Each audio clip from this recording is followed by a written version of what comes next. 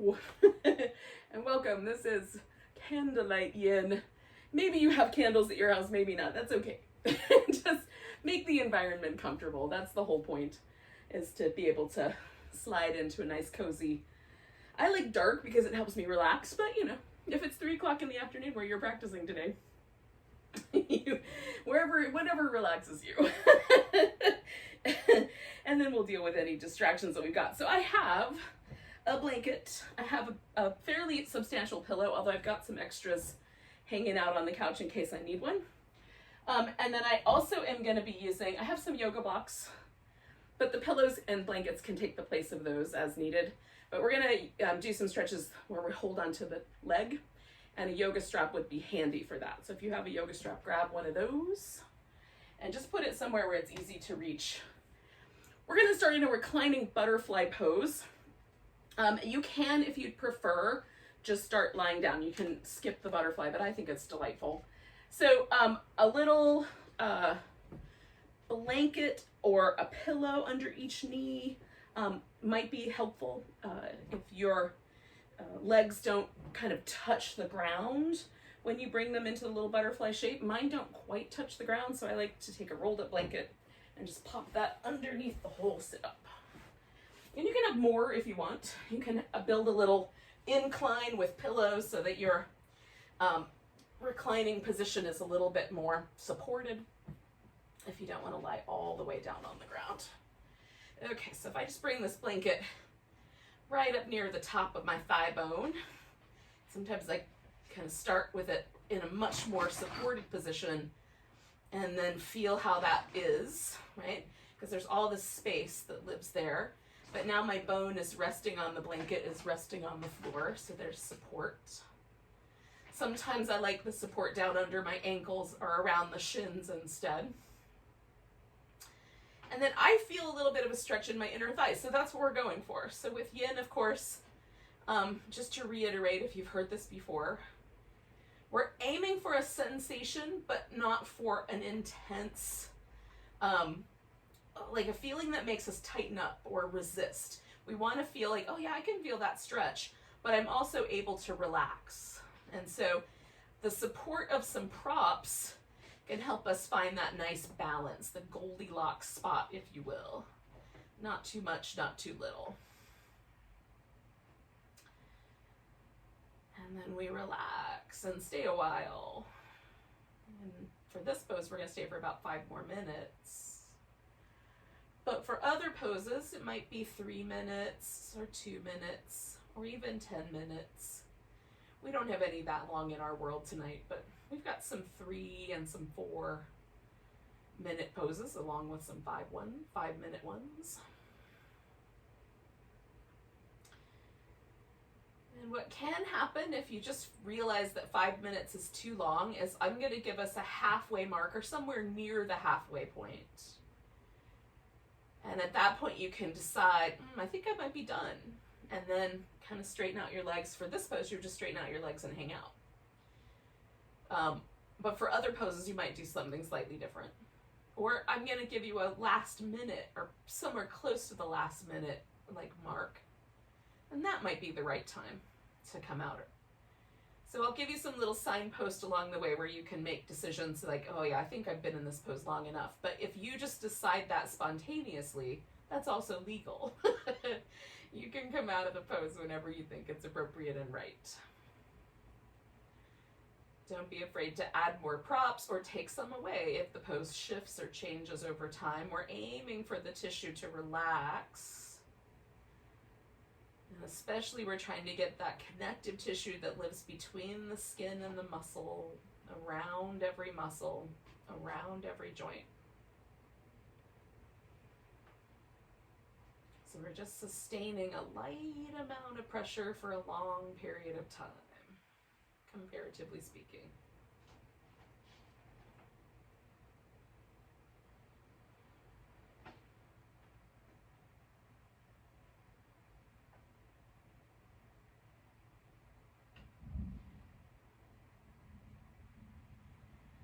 Now what's nice about the time, and we've been here for about half of our time, What's nice about staying for a while is that we also have time to get our head in a more present moment state.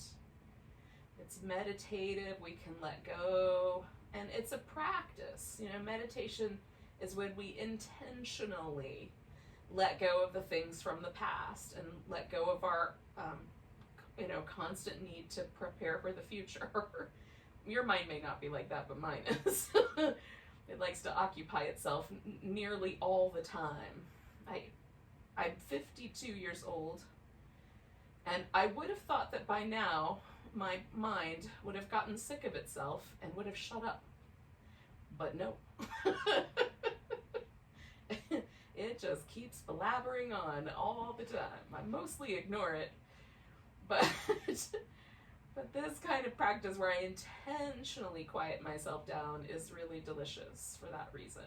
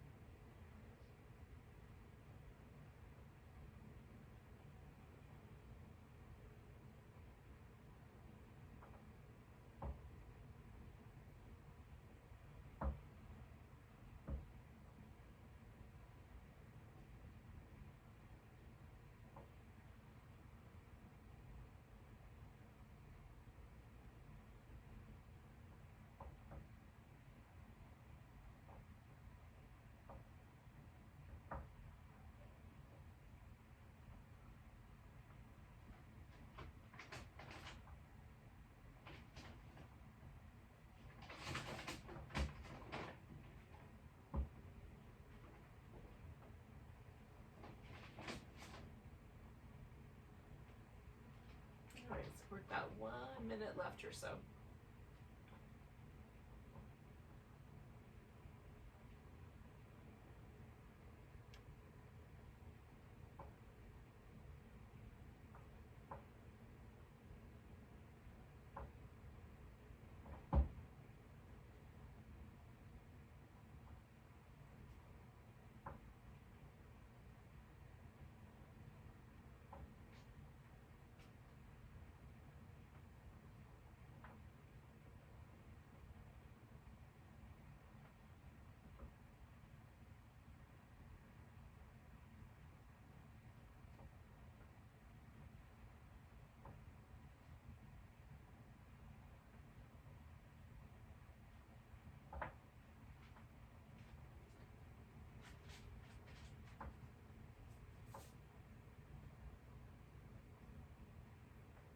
So we're going to take 2 more big breaths.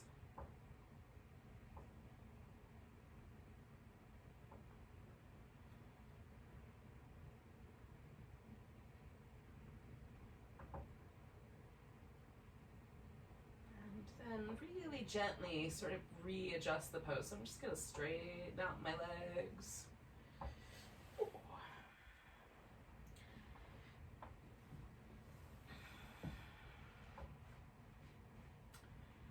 Sometimes I like to just lie still. Sometimes I like to move immediately. I always like to move eventually. And we might do this in between each pose, or we might do it in between a couple of poses, in between a little sequence on one side, where we just take a few moments. And I definitely recommend just let yourself sort of intuitively decide how much should I move, how little, what's the appropriate amount of post-pose settling in that I need to do before I actually adjust things. And move in whatever way you think is good. You can do little counter, like sometimes I like to take my feet out wide and drop my knees into the middle, so my thigh bones are moving in the opposite direction. Sometimes I like movement patterns that sort of release or feel really nice against my back. So whatever you think is good for you, that's what you should do. Listen to your own internal wisdom. So we're gonna bring the legs to what's called constructive rest, and that is a position where it feels like the thigh bone kind of drops into the hip socket pretty softly, and the legs don't feel like the muscles have to activate to hold us there. So if I bring my feet really close together, try to put them together really close, and then I try to hold that, I can feel my inner thigh muscles kick on to try to hold me there. And ultimately, I can feel like a little bit of work being done by my outer hip also. So the muscles are working to stabilize my legs. If I take my legs out wide and try to hold it there, I feel the outer hip kick on to try to hold my leg there, and the inner thigh just activate, because these are reciprocal muscle pairs. So I can feel how things are kind of adjusting to hold my legs. I'm looking for the spot where I don't feel any muscle activity, and it's just because I've organized them in such a way that the bones are able to suspend themselves. That's constructive rest. And what it does is it lets the hip flexor relax. So we're looking for that position. We're going to do a little movement pattern that is specifically designed to release tension from the hip flexors. So the iliopsoas, the psoas comes down, meets a muscle here, they go together over the top of your hip, and that's what we're going to try to release.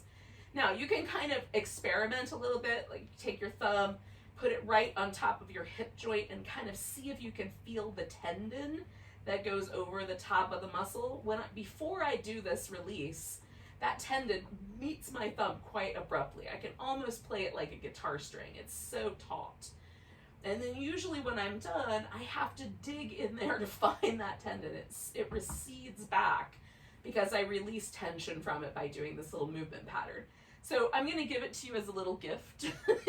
You can keep it for your own and do it like every day if you want to, especially if you have tight hip flexors. This is magic. So we're going to position ourselves in constructive rest. Pick a leg. I'm going to start with the right one. Pick your toes up, and as much as you can, glide your foot out. So we're just going to glide the leg out straight. Stretch all the way down the side of your body. I spread my toes out and everything, and then just glide the leg back and relax. Do it again. Glide out, stretch, and glide back. And as much as I can glide, I try. Sometimes I have to kind of lift my leg a little bit to get over the edge of the mat. That's fine, but do the most you can glide. And then stretch. This is the most important part right here. So the movement as smooth as we can make it. That's what we're aiming for. Okay. So I've done 3 on this right side, just with the toes pointing up. Now we're going to add a little bit of rotation.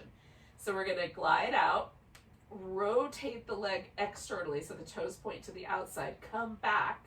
Now I'm in that butterfly shape, and then come back to the center and relax. So glide out, rotate outward, glide back into the center. So we'll do that one more time. And I'm stretching through the whole rotation and then gliding back.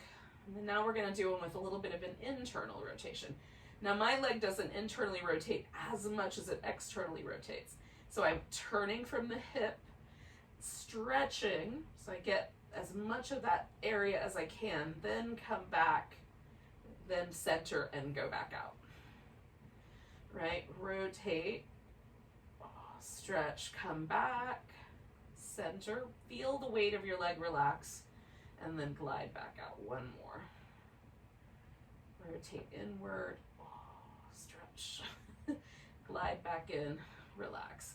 And then I usually like to do one more where I just stick my leg out there and sort of wiggle it back and forth. I start a little slower and build up a little speed, where I'm trying to let almost like a little shake happen between the internal and the external rotation.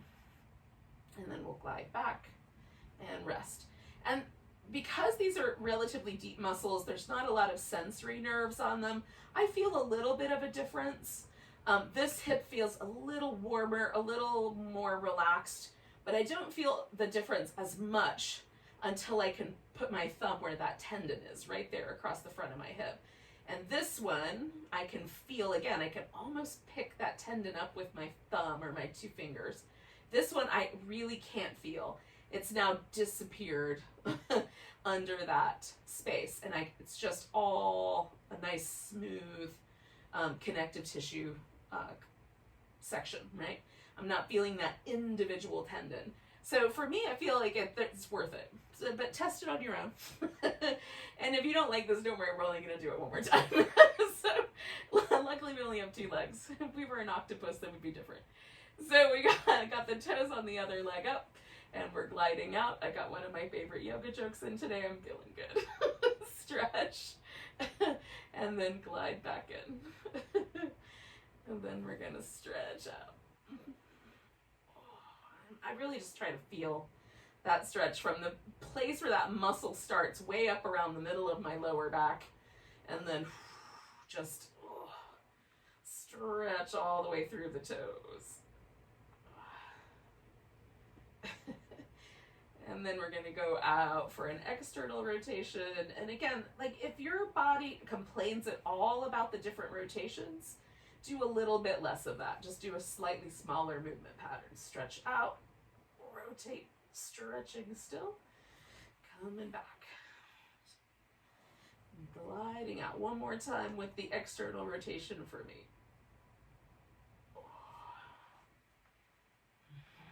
And then we have internal rotation. Again, my leg doesn't rotate inward nearly as much. So it's a small pattern. It's just barely noticeable. My foot wants to make it bigger than it is, but I try to make just my thigh bone do that rotation and stretch through it and come back.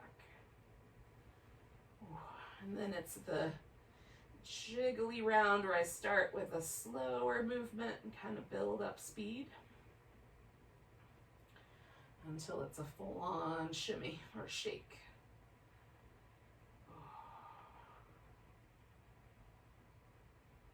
And then when you're ready, just bring it on back. And then see if it's true on the other side. And for me, oh, yes. So, anywho, I love those things. And I did not learn them from a yoga teacher. I learned them from someone who's very, does a lot of work on the psoas and on hip flexor release. All right, so I have a yoga strap with a loop, and I can adjust the loop so that I have a little loop and a big long strap, or I have a big loop if I want to wrap the loop around my waist, right? I could do it that way. So there's a bunch of different ways to work with a yoga strap. If you don't have a yoga strap and you're using a towel or a blanket or anything, an old belt, anything you got, then you'll just hold the 2 ends of it. For my purposes, I'm gonna take this long end and put it underneath my back so it sort of holds itself up. So I'm gonna put my foot in the loop, and you can have the loop down closer to your ankle so the toes point, or have it up closer to the ball of your foot. I like mine near the ball of my foot because it gives me an opportunity to also release some of the connective tissue in my calf muscles, which yin doesn't really target anything below the knee per se, but if I can get a little bit of that in, I'm always a happy camper. Okay, so however you're using your strap, you're going to put one leg in it and then adjust so that you can feel the sensation of a stretch on the back of your leg. But again, we're not in territory that feels dangerous or that feels like we're going to wreck ourselves or anything along that line. The other leg should be able to relax. If you need to, put a pillow under that guy. All right, so we'll stay for a couple minutes here. Now I try to set this up so I can relax as much as possible the muscles in my legs. So I've got the strap positioned, you know, you can hold onto it, but mine's under my back and I'm holding onto it way over here on the side. But it lets me just kind of let my leg hang in the strap. Is there things happening? Oh yeah, things are happening. But my quads aren't too activated and the rest of the leg is mostly able to relax into it. It's like a sling, basically. This is what I've set myself up with.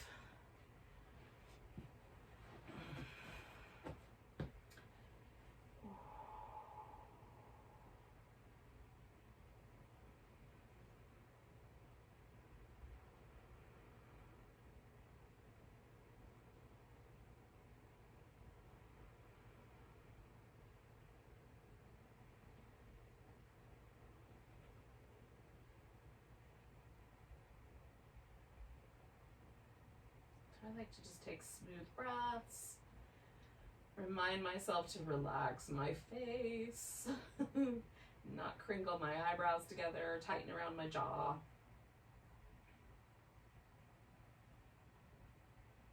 You can even practice like a kind of gentleness with yourself. Just let yourself feel a kind of sense of self-compassion. If you need to back off of a pose, be kind to yourself. Let yourself do it. So we're going to take 2 more breaths.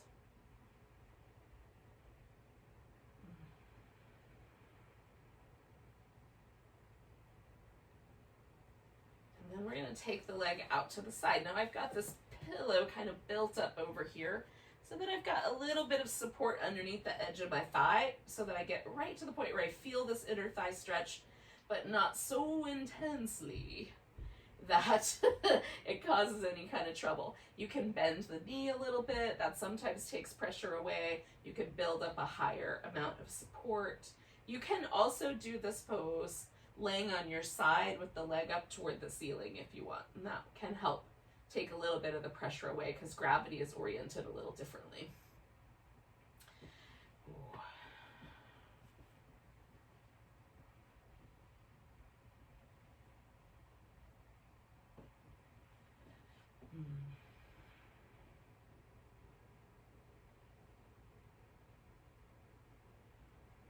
Again, just kind of relax and breathe.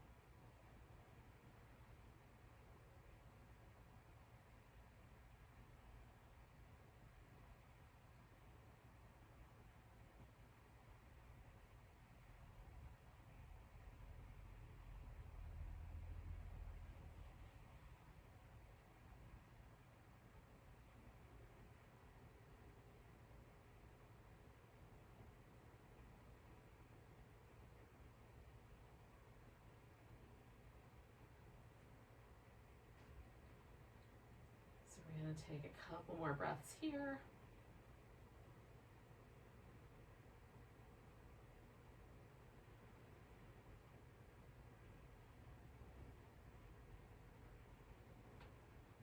One more. All right, and then we're going to turn this into a twist. Now, you can take the twist all the way over and leave the leg in the strap. You're going to roll that one hip up on top of the other. Because I've got some spatial limitations, I'm going to do my twist with my knee bent instead. I'm just going to kind of pull my legs towards each other. I'm going to add a little pillow here to land on. And that's how I'm going to execute my twist. Oh. So you can do it either way. If you want to let loose with the strap and do your twist without it, do that. And if you like it with the twist, do it that way.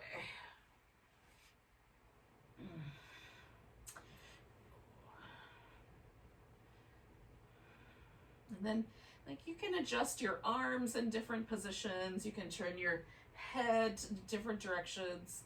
We're just looking for the thing that helps us kind of let go a little bit. That the best, the most relaxed we can get is what we're looking for.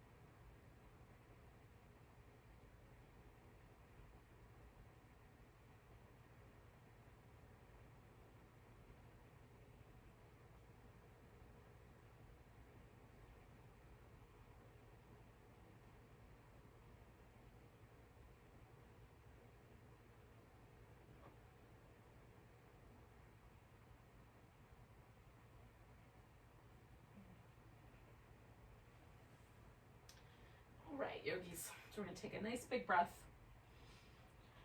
And then you'll let go if you're holding on with the strap. Or bend your knee anyway. And then we'll come on back to the center one way or another. And then I'm just going to take a moment. Again, sometimes it really depends on the night and the practice. Tonight I'm sort of feeling like I want to be still for a second, unwound from the pose, but just kind of still. And then I slowly kind of feel that urge to move come up. But some nights I like to move right away. So I just go with it. Whatever the instinct is, go with that. I have a yoga teacher, his name is Eric Schiffman, by the way, but his whole kind of teaching thing is yoga is designed to help us get in touch with that part of ourselves that knows, right? That is connected somehow to the one. This is Eric's from California, but in any case, I like it. And so you have to build your relationship with your intuition. You have to, get in touch with that aspect of yourself. So of course, when you're doing a yoga practice, you follow the instinct, see where it leads you, so that you're practicing that relationship, and building that relationship. All right, so we're gonna do the other side. I like to take a moment just to notice, are the sensations that I have? I came out of 3 poses on one side. I have not done those poses on the other side. Is the side that I just did pleasant? Is the outcome of having done those poses, does it feel pleasant? If there's pain or tenderness or achiness, then when I do my second side, I'm gonna do less sensation. I'm gonna add more support from props, and I'm gonna see what happens. If I come out and I feel it feels really pleasant, or it feels kind of neutral, like it's great, it's just, whatever, nothing to write home about. It's just nice. That's okay too. That means I do the same thing going on the other side. And then that's how I kind of learn from my practice. I can't always know in the moment what the outcome is going to be, but I can always kind of adjust after that. So I'm going to turn a little bit so I'll have room for the second pose here this evening. And then my left leg is the one I haven't done yet, so I'm going to set that guy up. Gal. I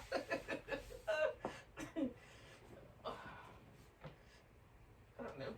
I'm not sure that legs have to have a gender, but in any case, if they do, mine probably are girls. In any case, I'm going to set my leg up. Oh, there are times, y'all. Okay, so again, I'm just kind of testing the waters to kind of find that spot where it's like I just feel that pressure against my hamstrings and my calf muscles.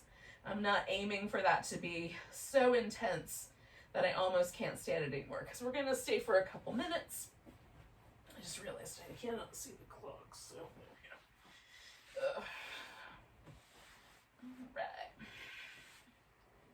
We'll see where this takes us. There we go. Ooh.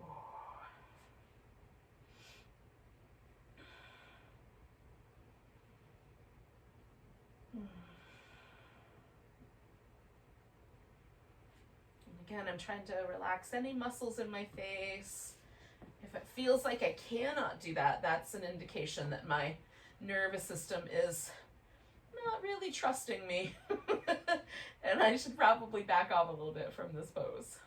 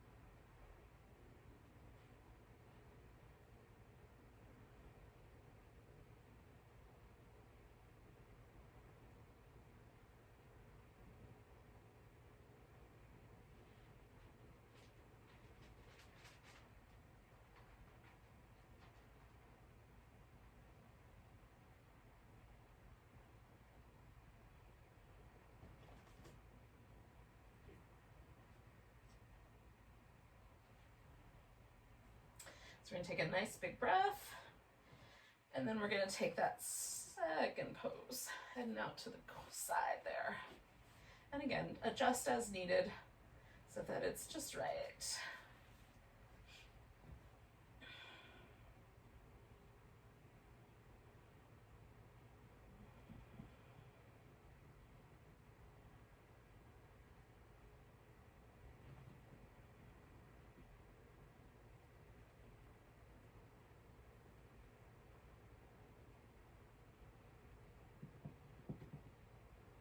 Hi, pumpkin. What you doing?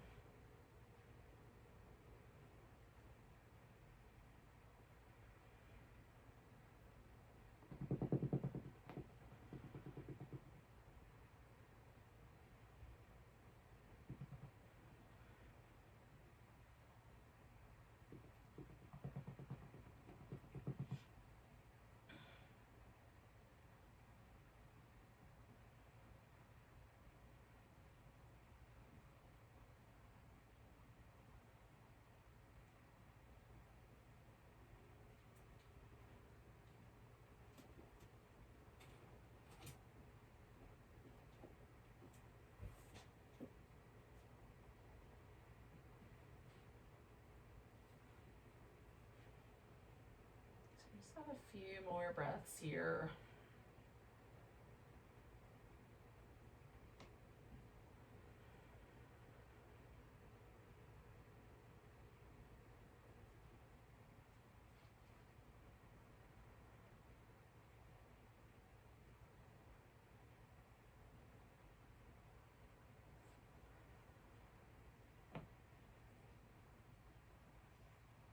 So take a nice big inhale.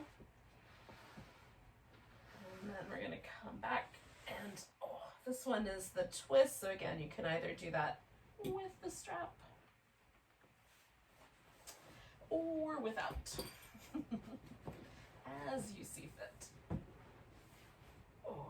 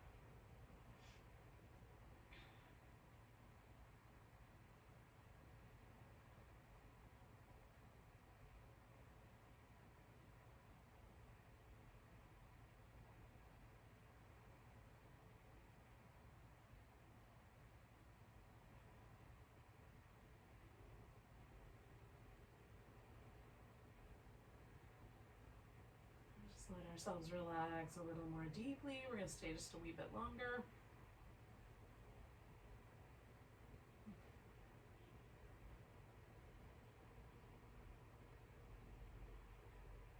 Like another minute or so.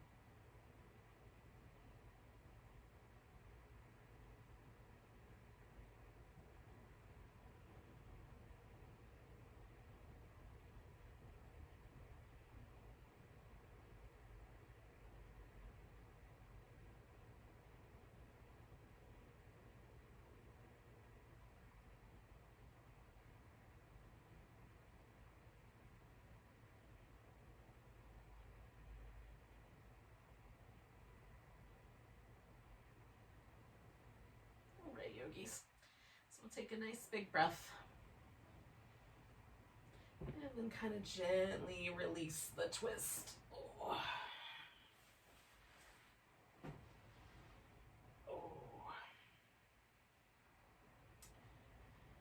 Again, give yourself whatever little time you need to move or be still or some of each.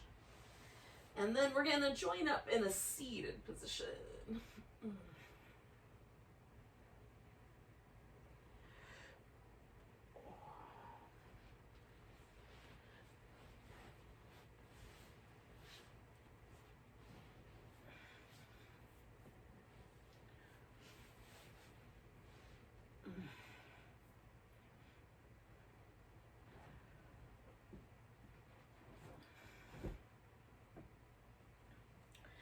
Now, one of the things about seated positions is that depending on the position and the shape of our bones at the femur bone and the hip, some leg positions are going to be more appropriate or comfortable than others. And so this is where, for me, it's important to modify as much as you need to. So we're going to start with the legs in a V, but if that normally makes your pelvis go backwards, then there's a couple of modifications. You might just make the legs a little closer together so it's not as much pressure on the outside edge of the hip. You can also sit up on a blanket, or you can put something under the knees to create a bend in the knee, which is what I'm going to do. And my bend is going to be, whoops, I folded one too many times. But my bend is going to be pretty tiny, but it makes a difference. So just having a little bit of support so that the knee is slightly bent for me, and not trying to slam myself all the way up against the edge of my hip socket helps. It makes my pelvis sit up a little bit more, and it allows me to sit with my spine nice and tall without having to try to hold myself rigid with my abdominal muscles. So that's important. Okay, so we're starting in this seated V, whatever size it is, whether it's a little tiny V or a big one. And then we're gonna twist to start with. So that kind of points me down one leg. If your spine twists around a little bit more, you might wind up pointing a little more to the side or towards the back. As soon as I try to do that, my pelvis has to shift, so I know I've reached the end of my spine's twistability. So I just turn just enough, so we're kind of coming back to the twisting shape. I'm going back to my original direction, so that I'm turning to my left. We're not going to stay here very long because we're going to fold over this leg, but it gives us just a place to start and a place to sort of give our hips a chance to really settle in. That's the important part. So I want to settle heavy into my pelvis. And there's two different directions you can go with this side bend that we're going to do in about 5 breaths. You can, the bend that we're going to do is you can side bend over this leg that you're turned away from, or you can forward bend towards the leg that you're pointing at. I'm going to forward bend towards the leg I'm pointing at, but you could go either direction.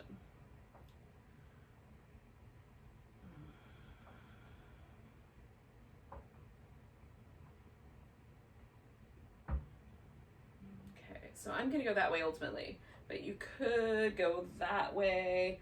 The arm can be over your ear, wrapped around behind your back, allowed to rest. This arm can rest on your thigh, on the floor, on a yoga block, right? So that's the side bend version. I'm taking myself this way. So I'm gonna get this side stretching out. It's just gonna feel a little different.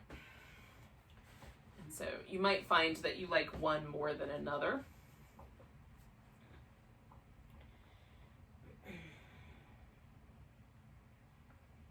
You may find that you don't have a preference. You just get to pick a flavor tonight.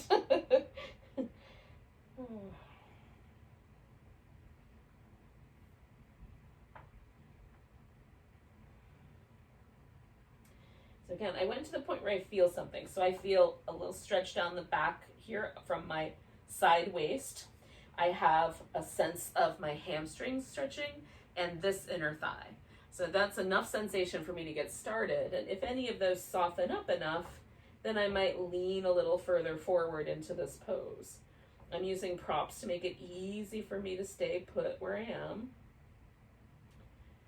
right at that point where I like just feel the pose. That's the sweet spot.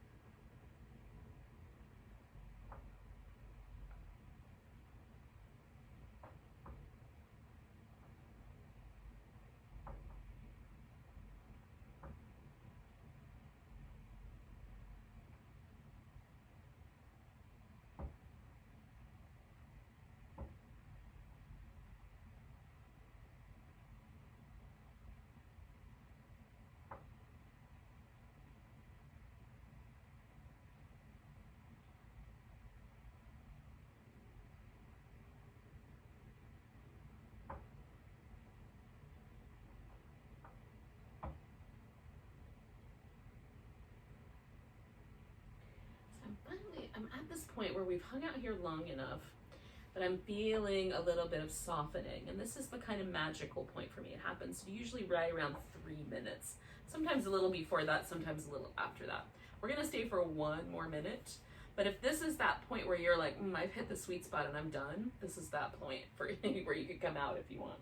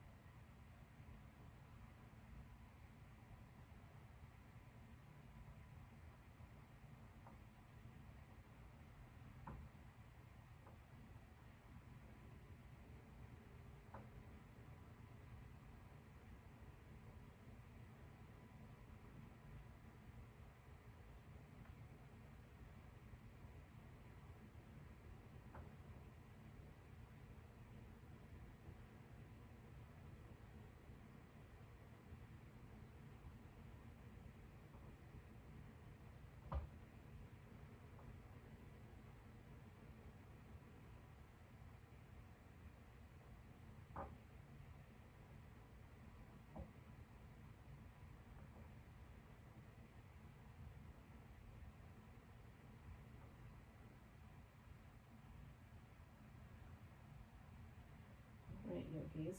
So we're gonna take a nice big breath. Let go with a sigh. And then gently make your way back up. Now, the leg that, if you were leaning forward like I was, that leg is gonna be the leg that's up front. The one that you were twisted towards, that's gonna be the up front leg. It's gonna feel like it's up front in a second. So I'm gonna bend that knee, and that's gonna be the one that I kind of face. The other leg can either go straight out behind for the swan, or it can be kind of bent out to the side, but still kind of behind for the deer. So last week I did a swan. This week I'm gonna do a kind of deer-swan hybrid, just to kind of shake up my practice a little bit, so it's not the same every single week. But if you're a swan lover, you might know that pose as pigeon pose. The only difference is the way you approach it. It's not necessarily the way the bones are arranged. So we're approaching it in a softer fashion, and we're trying to relax into it. So you might add some props, or you might add little changes to the pose to make it like that. So I've got props, so I'm kind of sitting a little more upright. So this is more of a back bend. My knee is bent and my leg is kind of positioned out to the side. And I might decide like to go about halfway back. I might go all the way back, but for tonight, I think I'm gonna go with more of a bend here. Now, you're listening to your joints. So what I like about this shape is that I get the external hip that's kind of underneath the glute on my leg that's up front that I get from the swan. I don't get the hip flexor stretch. Now, we already did the release for that, so I might be happy with that tonight. And then I get this kind of interesting pressure in my hip socket from the deer pose. I'm into that. But if that's not your jam, then the swan pose might be your best bet. You can also flip this pose upside down, and either just bring the legs in towards you or hold just the one leg up front and let the other leg rest. You can modify you could take, look at a shape, and then if I turned myself 180 degrees and still held that shape, would that feel better? You can do that. It's allowed. Oh.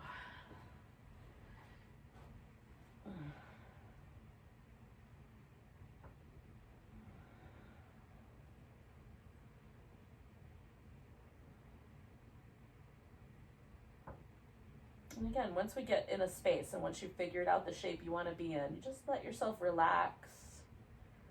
If you get signals that you can't relax, then adjust your shape.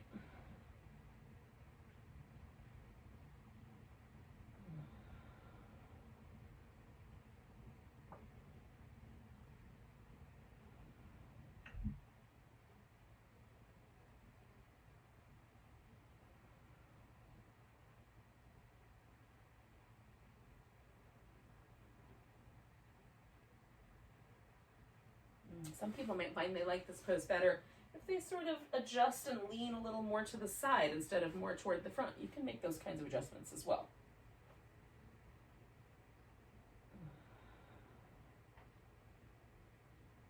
So we're about halfway through here.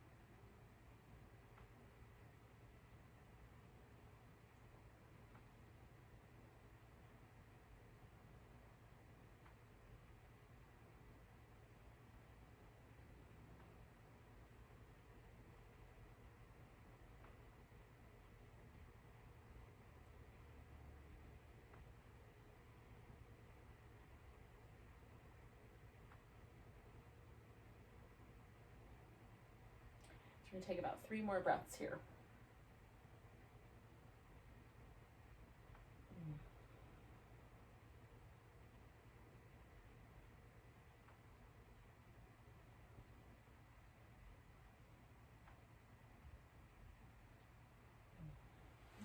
We're going to slowly kind of pack this into either a shoelace or a square pose. So this leg right here is going to wind up on the bottom of my square. So I'm bringing this guy around. Before I put it up on top, I'm going to give it a little moment. Now the shoelace is where the knees stack on top of each other. So when you look down, your legs make a triangle with the point being at your knee and the wide part of the triangle being your hips. And the square pose is the opposite. Your knees and your hips kind of line up to make kind of a square. Again, human bodies don't make either of those shapes perfectly. So it's somewhere in that neighborhood of shapes. So you can have the legs stacked on top of each other, or you can kind of utilize something else. You can sit cross-legged if that would be beneficial. And for me, just as soon as I get my legs in this position, I feel something right there in that outer hip area. So I don't have to go very far. If you don't feel anything, then you hinge your pelvis forward, because bringing the pelvis forward will create that sensation on that outer hip. If you don't need more sensation, don't add it. I'm going to build an armrest here.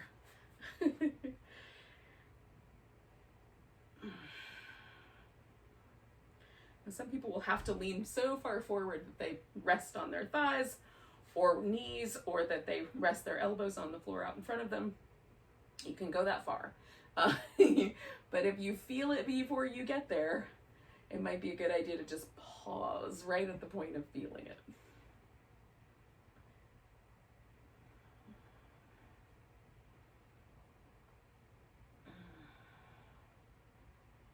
This is also a pose that if you're just like, oh, I can't get comfortable, flip over onto your back and put one leg up on top of the other. You can rest the feet on the floor. You could rest your feet on a pillow. You could bring the legs in and kind of hold onto them. So you could take this pose, just turn it 90 degrees so that you're laying on your back with a similar leg arrangement, and you're going to get the same area of your hip, but maybe not so much problems for your knee or your low back.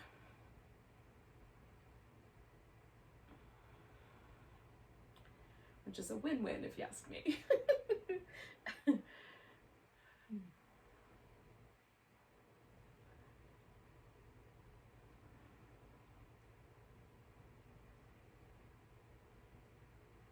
So we're about halfway here.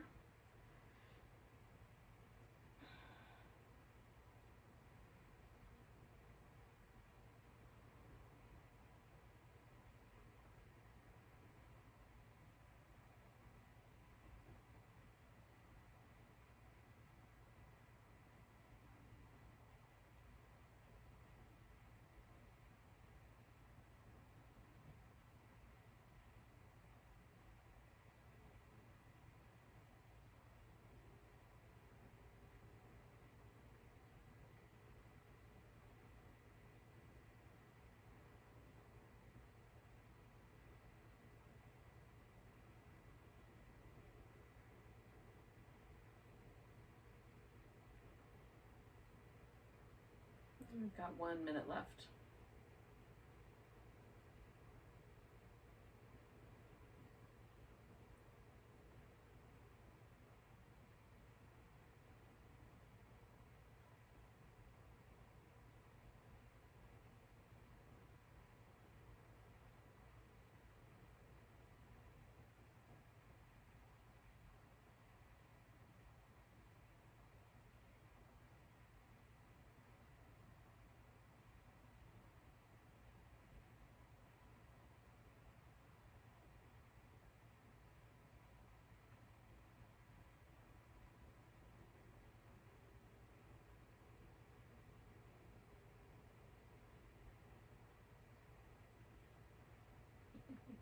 Taking 2 more breaths here.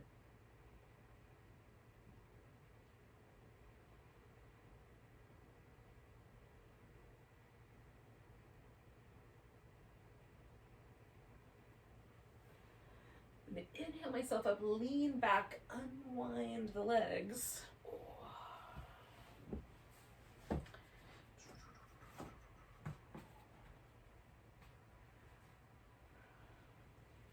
So we've done a whole bunch of stuff on one side, but we still have another side to go.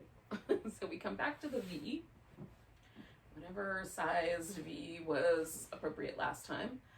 Again, I'm mostly using this as an opportunity for me to get really steady. So once I'm steady, I'm going to twist and feel that kind of inclination of my hips to go with me. And then I'm just going to settle for a minute. So I'm not going anywhere right away.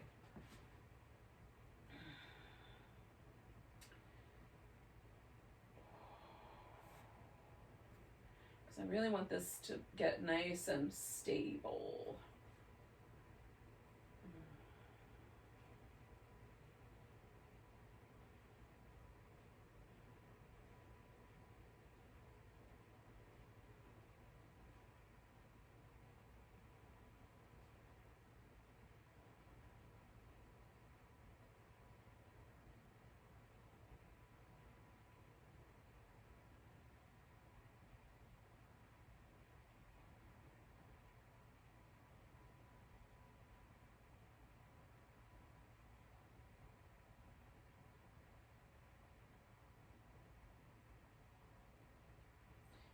So then we're going to fold over this front leg, or sideways over the leg that's going to the other side. Whatever you did last time. Do that again. For me, it was fold forward. And again, I just kind of find my way in until I just feel those different places. And So for me, one side is generally a little tighter than the other, so I feel more on one side than I do the other, but I still stop right at the point where I feel something, and then slowly kind of creep my way in a little deeper as I go along here.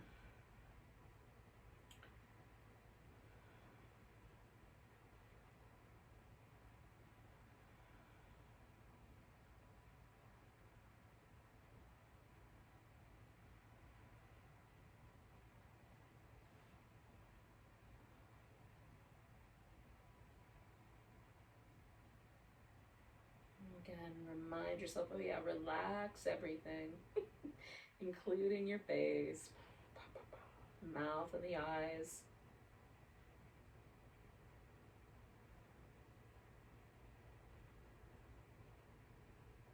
Regard yourself with some sweet kindness. See how that sort of shifts your perspective on what the pose should feel like. It usually does for me.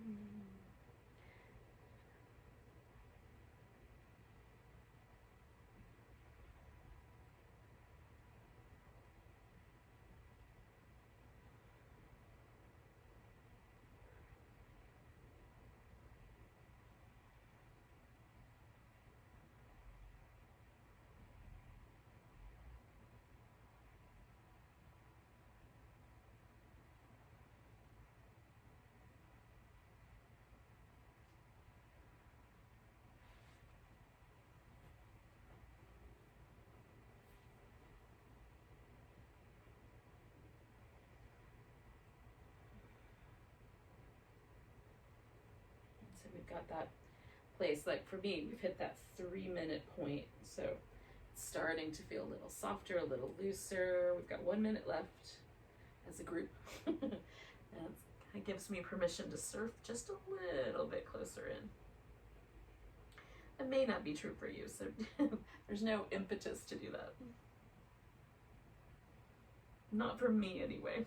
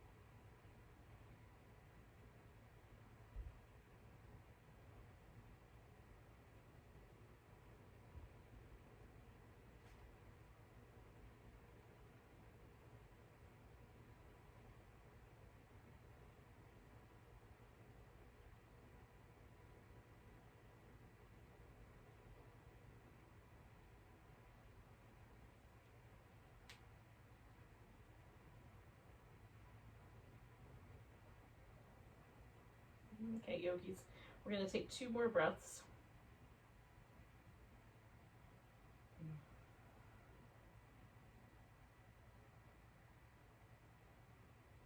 And take a nice big breath and come up. And that's going to be kind of where we'll transition into our friend the deer/swan, whatever you did last time. In that pose family of external hip rotator stretches and other things.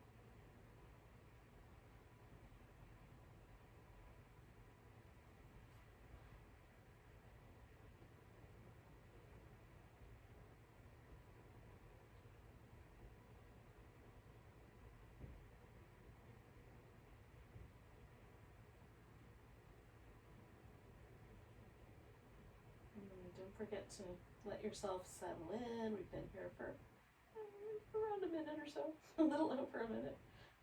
Get close to our halfway mark. Let yourself relax a little more deeply. Or switch the pose up a little bit if it's just like impossible to relax. Change the pose.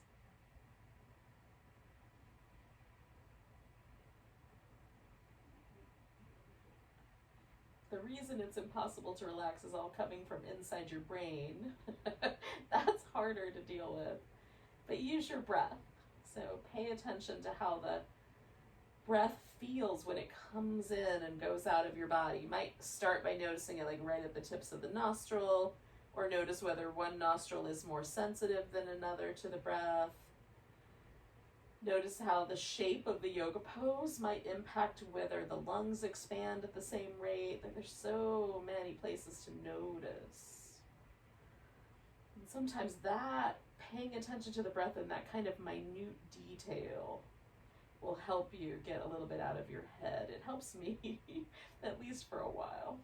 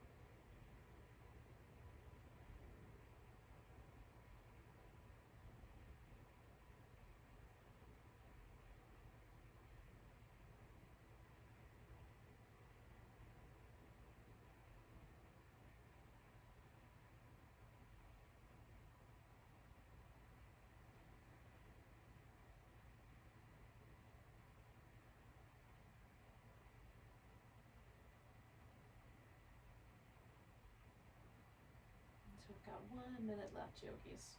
Well, not quite. 30 seconds.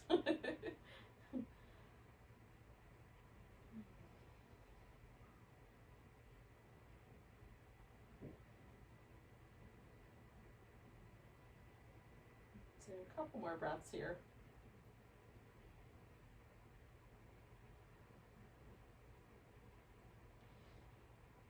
And then this pose is going to gently morph into our square or shoelace, as the case may be.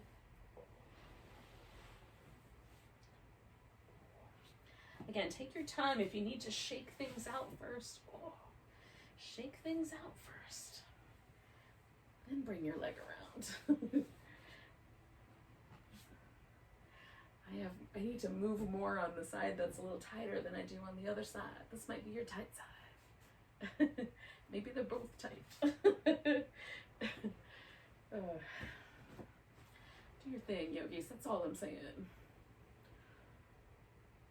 And we'll settle in, stay a while. We have only one yoga pose after this, which is a final relaxation shape. So if you wanted to get a jump start on that, you could flip this guy onto your back. That would get you started.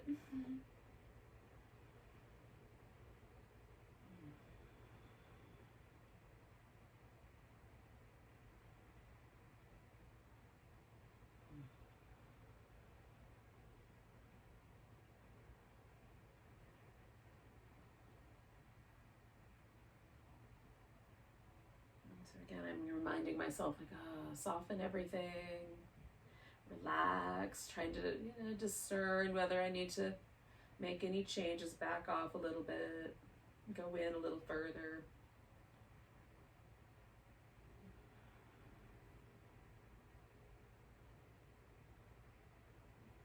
Breathe a little more, whatever the right answer is.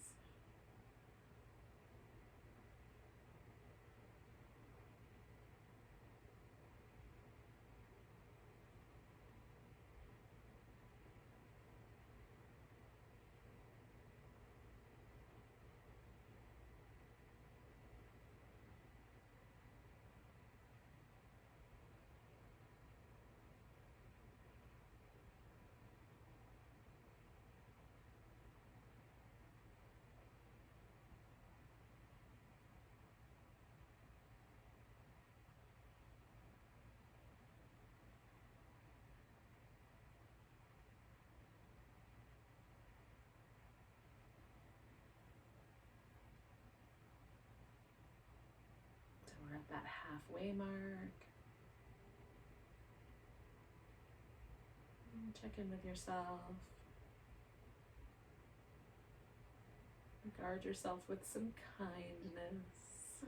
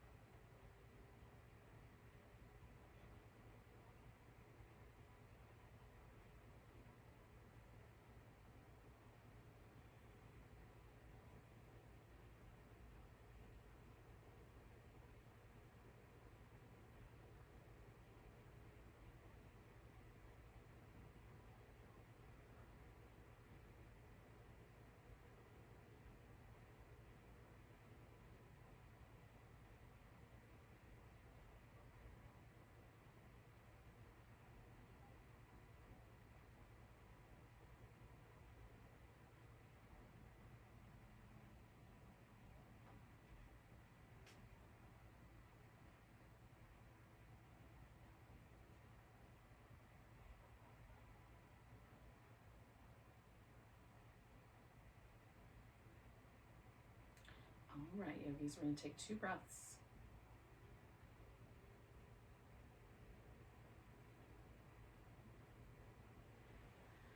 And then we're going to come up, lean back, undo this pose.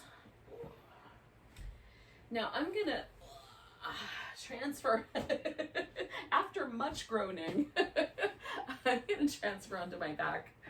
And then I'm gonna do like a little bit of yummy, like happy baby, windshield wipery leg kind of movement once I get there, and then I'll settle in. But if you want to move first, you can do it that way. So I'm setting myself up with a little headrest and a pillow to put under my legs. But before I finally settle in, giving myself just a little bit of release.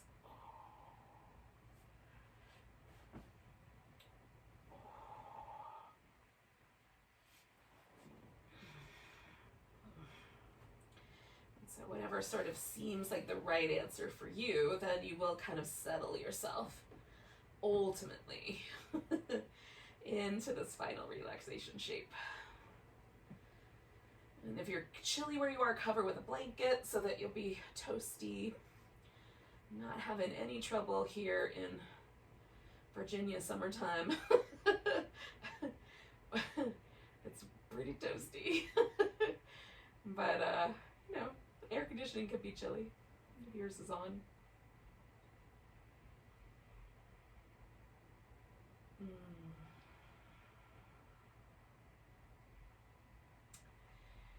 important part is just letting ourselves relax for one final pose. And what's magic about this pose in particular is that there's hopefully not much of a sense of stretch or pressure. The body should feel pretty relaxed. So if you need to add more pillows, add more things. Like sometimes it helps to even have like a little, pillow under my wrists or something.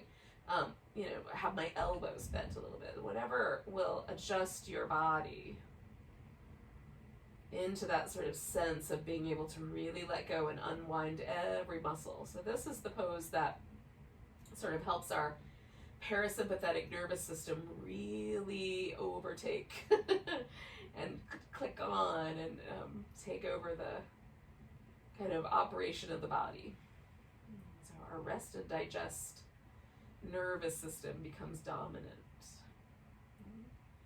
And even when we do poses with a relaxed kind of frame of mind, there's still a little bit of pressure. So there might still have been just a slight vigilance of our nervous system So this is the chance for that vigilance to completely relax, so that we ease ourselves into a restful state for the end of our day.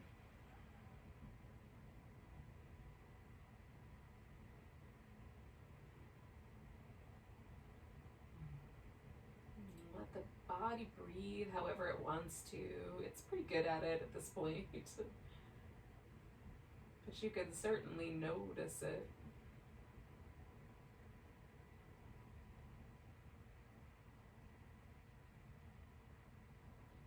If it would be helpful with the inhale, sort of imagine or set your intention that you're breathing in kindness towards yourself. With your exhale, imagine that you're breathing out kindness towards others.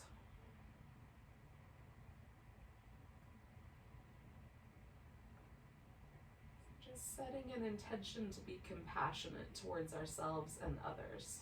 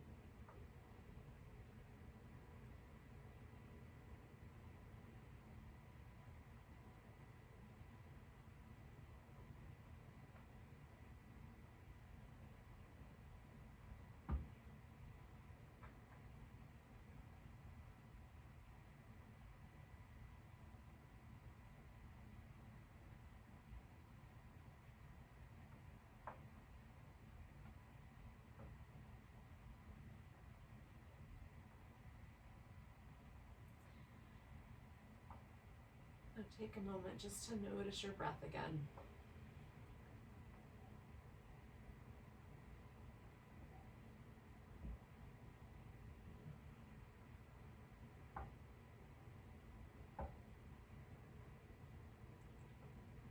Next time your inhale comes along, take that breath in so deep you can feel it to your toes.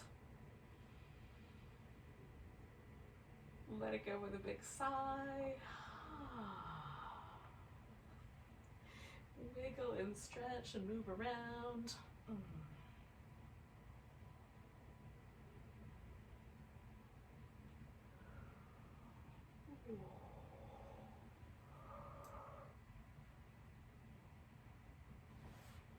Oh, goodness.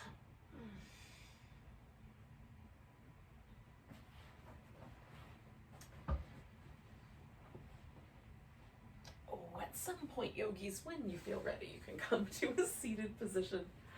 And we'll say goodbye to each other with a nice big breath and a warm namaste. Nice big inhale. Let go with an ah. Thank you so much for joining me. Welcome to the rest of your night. Namaste.